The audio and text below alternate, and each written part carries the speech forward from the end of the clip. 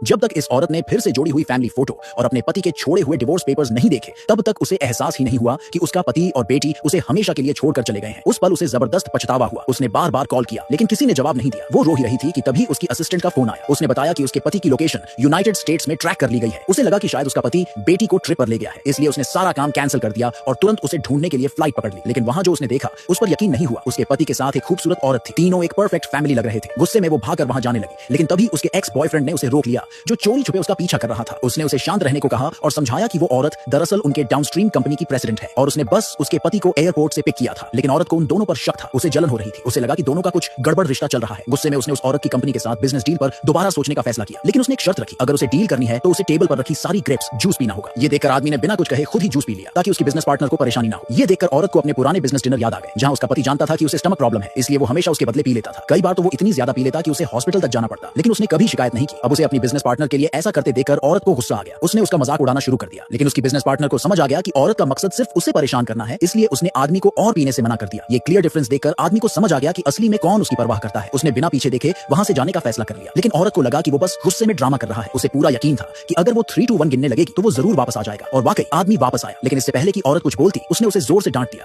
कि वो उनकी बेटी को जबरदस्ती ले गई, जबकि ये किसी अच्छे पति या पिता का काम नहीं है। उसने उससे माफी मांगने की मांग की और यहाँ तक कह दिया कि अगर वो सॉरी बोलेगा तो वो उससे फिर से शादी कर लेगी। उसने उसकी बिजनेस पार्टनर को भी धमकी दी कि वो आदमी को छोड़कर चली जाए, लेकिन आदमी सिर्फ अपना फोन लेने वापस आया था, जो वो भूल गया था। अब औरत खुद को रोक नहीं पाई और उसने सीधे पूछ लिया, तुमने मुझसे डिवोर्स सिर्फ इस औरत की वजह से लिया है ना? उसने घमंड में कहा, मैं इससे ज्यादा अट्रैक्टिव और सक्सेसफुल हूँ। हम 8 साल से शादीशुदा हैं और हमारी एक बेटी भी है, तो इसका कोई हक नहीं बनता तुम्हें मुझसे छीनने का। लेकिन जैसे ही उसने बेटी का जिक्र किया, आदमी को बहुत गुस्सा आ गया। उसने कहा, तुमने कभी अपनी बेटी की सच्चे दिल से परवाह नहीं की, तुम एक अच्छी मां बनने के लायक ही नहीं हो। इसी दौरान उसे अपने सबॉर्डिनेट का फोन आया। उसने रिपोर्ट दी कि उसकी बेटी को अभी तक स्कूल से पिकअप नहीं किया गया। ये सुनते ही आदमी घबरा गया और उसने तुरंत सबको उसे ढूंढने का ऑर्डर दिया। इसी मौके का फायदा उठाते हुए एक्स बॉयफ्रेंड ने आदमी का मजाक उड़ाया, जिसे अपनी ही बेटी का पता नहीं रहता, वो क्या बाप बनने लायक है। उसने कहा कि अगर वो लोग स्कूल नहीं गए होते तो बच्ची खतरे में पड़ जाती। इतने में आदमी को रियलाइज हुआ कि उसकी बेटी औरत की कार में थी। ये सुनते ही उसकी बिजनेस पार्टनर को बहुत टेंशन हो गई, क्योंकि बाहर का टेम्परेचर -30 डिग्री सेल्सियस था। जब वो कार तक पहुंचे तो देखा कि बच्ची बेहोश थी। औरत ने गिल्ट में रोते हुए कहा, मैंने हीटर ऑन किया था, मुझे समझ नहीं आ रहा कि ये कैसे हुआ। लेकिन उसे नहीं पता था कि ये सब उसके एक्स बॉयफ्रेंड की चाल थी। उसने सोचा था कि अगर बच्ची मर जाएगी तो औरत आदमी को छोड़ देगी और उससे शादी कर लेगी। गनीमत रही कि समय पर मेडिकल ट्रीटमेंट मिला और बच्ची की बॉडी टेम्परेचर नॉर्मल हो गई। लेकिन डॉक्टर ने बताया कि बच्ची को मेंटल इलनेस हो चुकी है। औरत ने आदमी को दोषी ठहराया, ये सब तुम्हारी लापरवाही की वजह से हुआ। लेकिन डॉक्टर ने साफ किया कि ये बीमारी 2 साल पहले ही शुरू हो गई थी। तब बच्ची को अंधेरे से डर लगता था और वो माँ के साथ सोना चाहती थी। लेकिन औरत ने कह दिया, तुम अब 6 साल की हो, अकेले सोना सीखो। धीरे धीरे माँ की लव और केयर न मिलने की वजह से बच्ची को ये बीमारी हो गई। ये सुनते ही आदमी का गुस्सा फूट पड़ा। उसने चिल्लाकर कहा, तुम हमारी बेटी की माँ कहलाने के लायक नहीं हो। तभी एक नर्स अंदर आई और बोली कि बच्ची को साइकोलॉजिकल काउंसलिंग की जरूरत है और उसके पेरेंट्स का सपोर्ट बहुत जरूरी होगा। जब नर्स ने पूछा बच्ची की माँ कौन है, तो औरत और बिजनेस पार्टनर दोनों ने एक साथ जवाब दिया, मैं उसकी माँ हूँ। पर बच्ची ने अपने छोटे छोटे हाथ उठाए, बिजनेस पार्टनर की तरफ इशारा किया और धीरे से कहा, ये मेरी मम्मा है। औरत पूरी तरह टूट चुकी थी।